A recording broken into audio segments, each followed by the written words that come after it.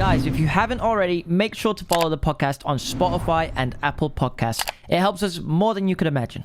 They got to film you walking in, right? Yeah, so yeah. like a lot of people say, "Oh, look at it's staged," but they have to get certain shots with certain cameras and certain angles. So there's certain like bits like B-roll, stuff like that, which they will have to set up. But for the most part, would you say it's actually all relatively natural? Yeah, it's very, very natural. I think like the bits that you're walking in, you might have to do that a couple of times because they got to get a specific shot. But when you're in there, you're in there. Like it's really? Not. Can you run that again? Can you do that again? Like it's literally as it is. You not ever think like you're sat there just talking to a bird and you're like, fuck me, there's like 12 to 15 million people in UK just watching me. I remember I was so you get a couple drinks a night, You get if you want beers, you get 2 beers, and an hour later you get another 2.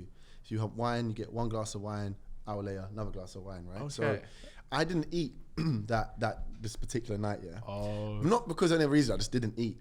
And I was very aware, if I had drama coming my way, because I'm quite switched on, if I have drama coming, I don't drink anything because I want to know what I'm saying, I want to know what's going on. Like, I know you can say something stupidly and like you bet your bottom dollar that's the one piece that's going to make national TV, right? I didn't want that fuck up. So when I knew I didn't have drama, I used to back my beers real quick, just to get a little bit vibey.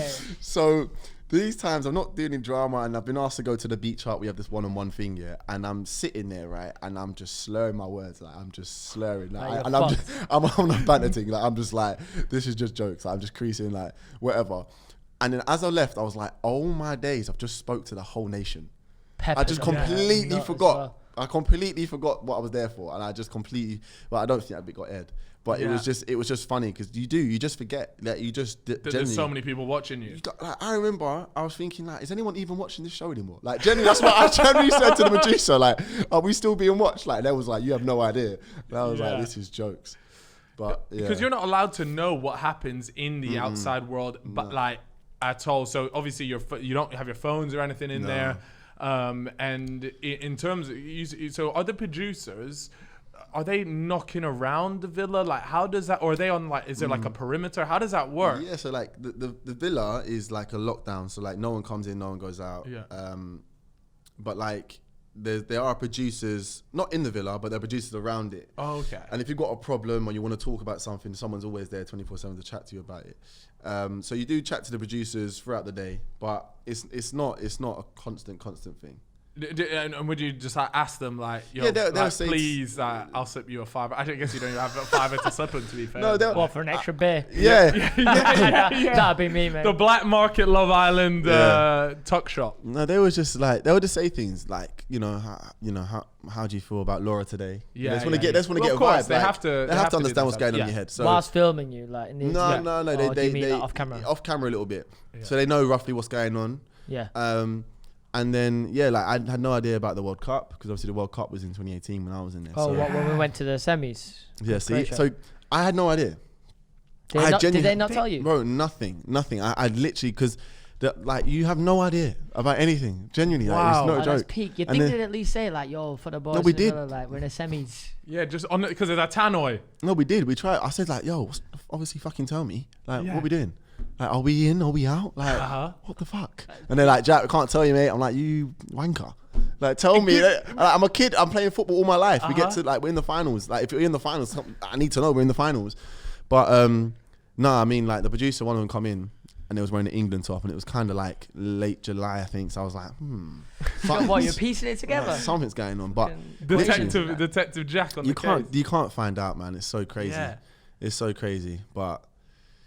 yeah, I swear on the new show, because obviously we went to the final of a new one.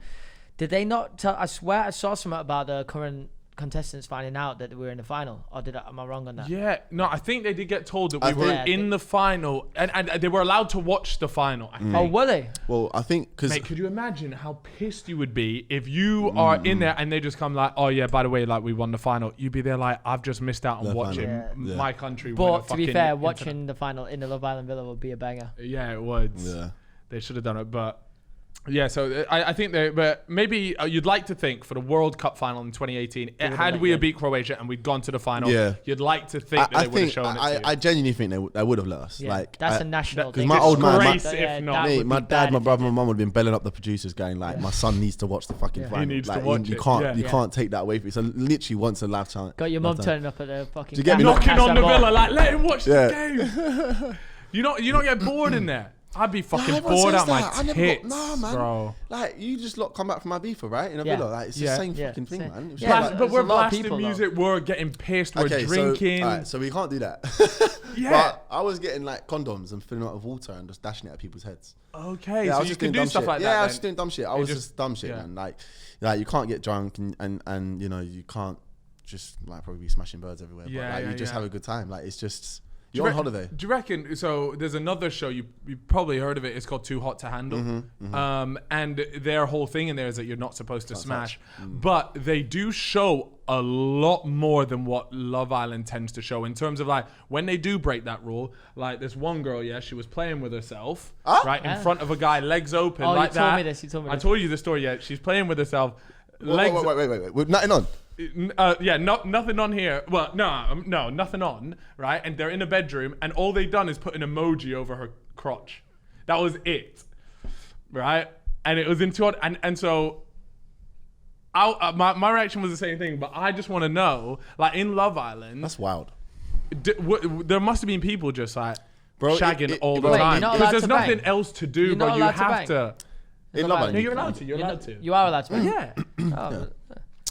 Did you bang in there? Oh, he slipped it in. Slipped it in.